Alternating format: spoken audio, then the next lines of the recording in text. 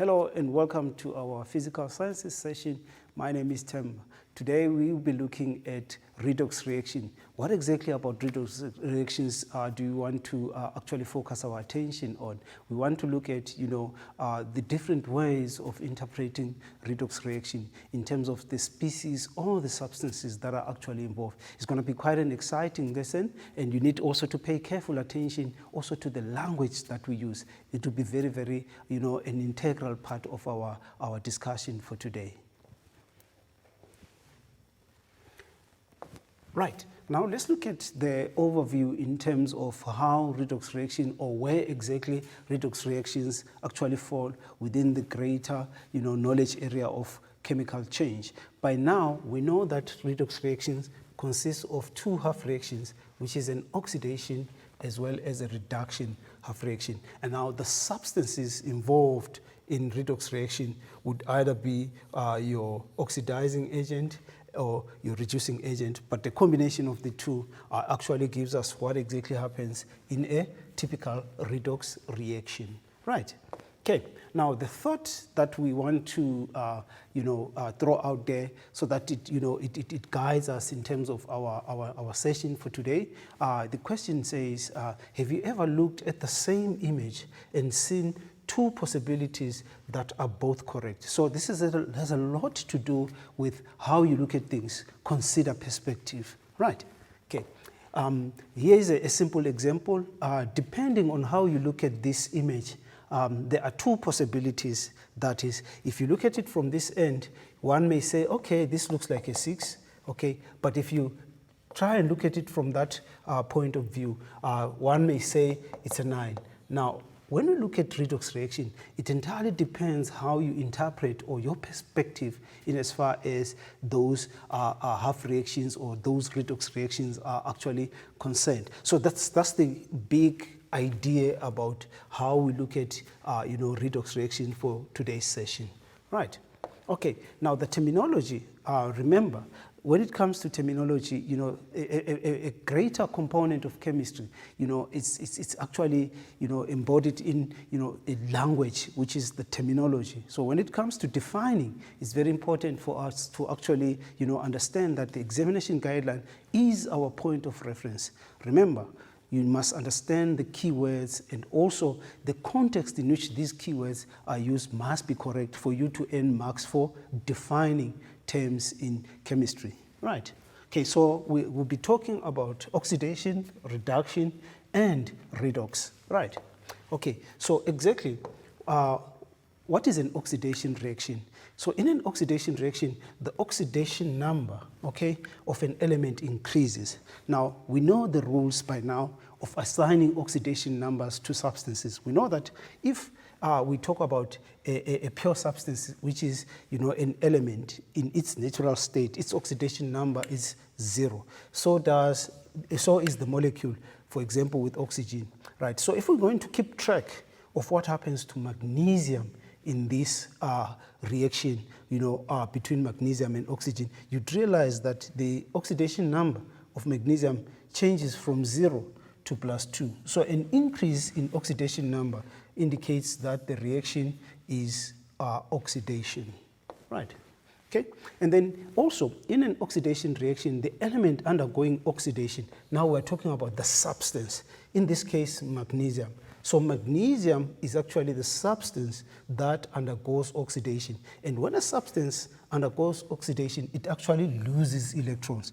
So one way of looking at it, we can say magnesium lost. So this is the negative suggests that it's a loss, or we remove electron. So we're saying magnesium less 2 electrons, it gives us magnesium 2+. Okay, so if you come to think of it, this is actually an equation. Okay, so if you transpose the 2 electrons, and take it to the other end, we're still representing the very same process.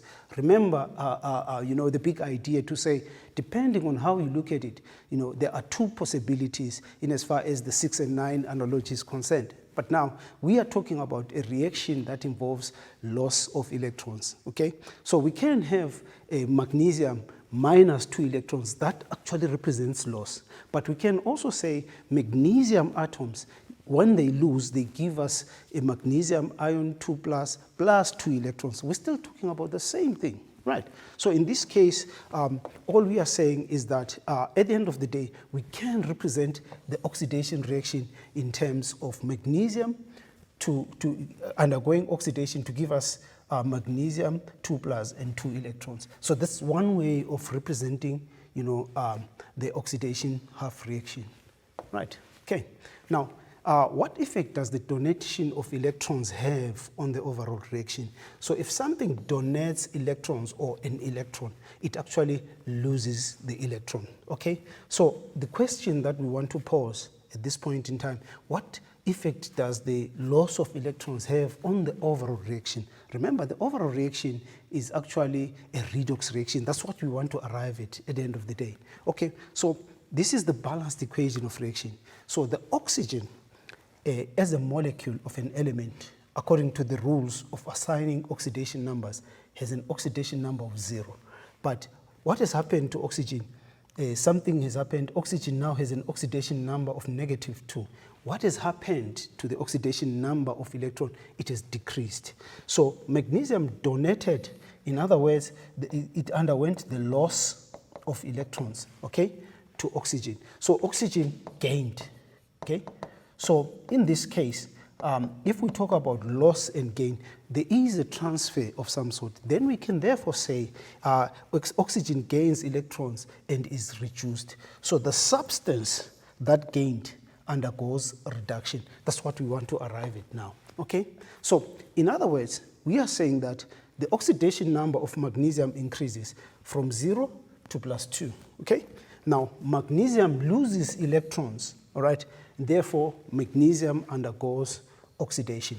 So in a nutshell, what are we saying? We are saying that a substance whose oxidation number increases is a result of that substance actually losing electrons. So the process undergone by a substance losing electrons is referred to as oxidation, right?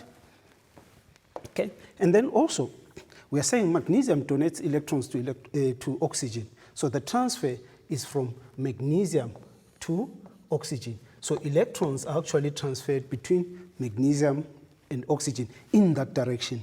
So oxygen gains electrons, so it is reduced, right?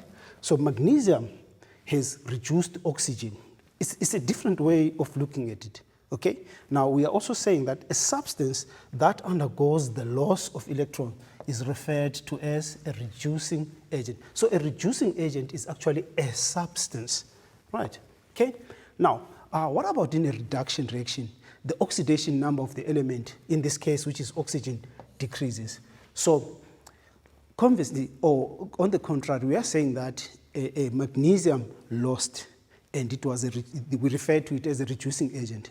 Now, oxygen gained, we refer to it as an oxidizing agent. So in short, we are saying that a reducing agent undergoes oxidation, and then an oxidizing agent actually undergoes reduction. So the transfer is between the magnesium atoms and the oxygen, right? Okay, right. And then, so in a reduction reaction, the element undergoing reduction is oxygen, so it gains electrons, okay? So how do we represent that? We are saying that the oxygen ions actually gain electrons, right? Which is actually can be represented in a different way. Okay, so oxygen takes the electrons, but where are these electrons coming from? They are coming from magnesium. Hence, we are saying that the transfer is between oxygen and magnesium, right? Okay, so what effect does the taking of electrons have on the overall reaction? That's the big question now that we want to put across. Okay, so oxygen takes electrons from magnesium. So the magnesium loses, the oxygen gains, okay? We are saying the same thing. Oxygen gains electron and it is reduced. So reduction has to do with gain of electrons. All right, and then again, we are saying that magnesium has been oxidized by oxygen, all right? The loss of electrons of magnesium can be attributed to the willingness of oxygen to actually gain. So oxygen is referred to as an oxidizing agent. Take note of the terminology, very, very important. We can also keep track of, the oxidation numbers. For magnesium, the change in oxidation number is an increase from 0 to +2, while for oxygen, from 0 to -2. So there was the loss and the gain, right? Okay, so the loss of electrons is oxidation, and the substance undergoing oxidation is a reducing agent, while the gain of electrons is reduction, and the actual substance that gains electron is referred to as an oxidizing agent. So that's the long and short of it. Okay, so the terminology now that we arrive at is that an oxidizing agent is a substance. These are substances, okay? These are substances that undergoes specific processes, all right? So if we talk of an oxidizing agent undergoes reduction, right? While a reducing agent undergoes oxidation, right? So that's the main idea. So an atom or ion that causes another particle to be oxidized, so it's a substance, okay? It undergoes reduction. So an oxidizing agent takes electrons. That's the gain. That's the best way of trying to recall that. And then reducing agent donates electrons. So the equivalent of that would be RAD. So it's both of these are substances. All right. So this is the main idea in as far as this is concerned. So terminology plays a very, very critical role in terms of understanding the redox reactions. For now, we'll take a short break. When we come back, we'll delve more into some examples of trying to understand exactly what happens in a redox reaction. Let's take a short break for now.